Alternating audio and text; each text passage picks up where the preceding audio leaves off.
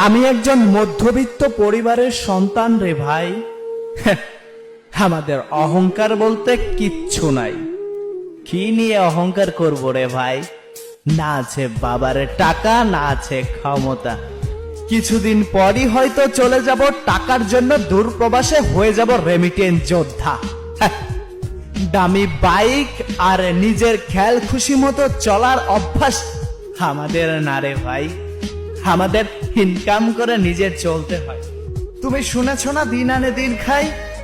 আমি তারই ছেলে রে ভাই। তাই অহংকার আমাদের জন্য নয়।